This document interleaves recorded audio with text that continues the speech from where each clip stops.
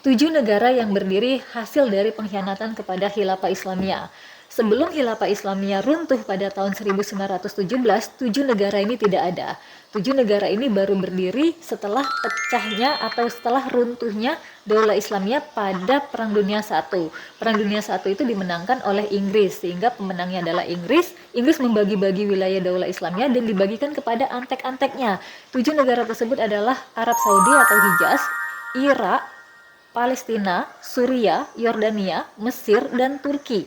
Ketujuh negara ini adalah berdiri setelah pecahnya Perang Dunia I yang dimenangkan oleh Inggris, sehingga Inggris membagilah 7 wilayah ini kepada antek-anteknya. Jadi jelas seluruh pemimpin negara di 7 wilayah ini itu jelas anteknya Inggris. Satu, Arab Saudi atau Hijaz, itu pengkhianatnya itu adalah Saddam Hussein. Saddam Hussein menjadi antek Inggris ketika pecah Perang Dunia I yang dimenangkan oleh Inggris. Inggris memberikan hadiah Hijaz kepada Saddam Hussein sebagai hadiah sudah menjadi antek Inggris. Nah, namun Saddam Hussein digulingkan oleh Ibnu Saud. Ibnu Saud juga antek Inggris. Ibnu Saud, keluarga Saud itu memerangi Saddam Hussein, sehingga direbutlah oleh Ibnu Saud atau keturunan Saud dan disetujui oleh Inggris, sehingga Arab Saud itu diberikanlah kepada Ibnu Saud. Jadi berdirilah namanya Arab Saudi. Jadi jelas ya, Arab Saudi itu hasil pengkhianatan kepada Khilafah Utsmaniyah. Mereka menjadi antek Inggris. Inggris memenangkan Perang Dunia II, Perang Dunia I. Inggris memenangkan Perang Dunia I, sehingga Inggris memberikan hadiah kepada para antek-anteknya. Anteknya di Hijaz itu adalah Saddam Hussein dan Ibnu Saud, sehingga diberikanlah wilayah Hijaz itu kepada pertamanya Saddam Hussein. Namun Saddam Hussein mengkhianati Inggris dengan mendirikan lagi Khilafah Islamiyah. Dikirimlah Ibnu Saud untuk memerangi Saddam Hussein, sehingga diberikanlah akhirnya Hijaz atau Arab Saud itu kepada keturunannya Saud. Berdirilah negara Arab Saudi. Satu.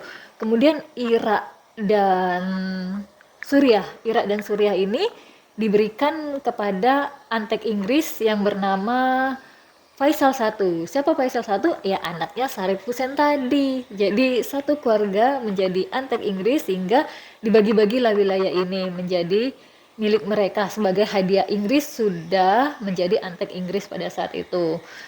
Irak dan Suriah itu diberikan kepada Faisal I, anaknya Saddam Hussein, si antek Inggris. Kemudian Mesir itu pemimpin pertamanya Fuad I. Fuad I itu keturunannya dari Muhammad Ali Pasha. Muhammad Ali Pasha itu anteknya Prancis. Prancis bersekutu sama Inggris. Jadi sama saja bahwa Muhammad Ali Pasha itu anteknya Inggris.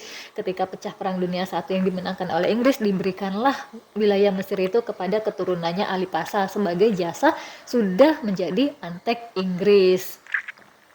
Arab Saudi, Irak dan Palestina, kemudian Mesir, kemudian Yordania. Yordania juga diberikan kepada anaknya Saddam Hussein sebagai hadiah sudah menjadi antek Inggris. Anaknya Saddam Hussein itu yang bernama Raja Abdullah I.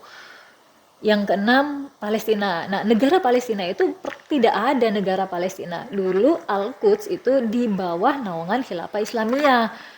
Kemudian Al-Quds itu direbutlah oleh Inggris setelah Perang Dunia I, diduduki oleh Inggris, sehingga negara Palestina itu dikuasai otonominya oleh Inggris pada saat itu. Nah, jadi negara Palestina itu ya bentukan Inggris, nggak ada dulu negara Palestina. Yang ada itu Al-Quds di bawah naungan Khilafah Islamiyah, diduduki langsung oleh Inggris Palestina itu.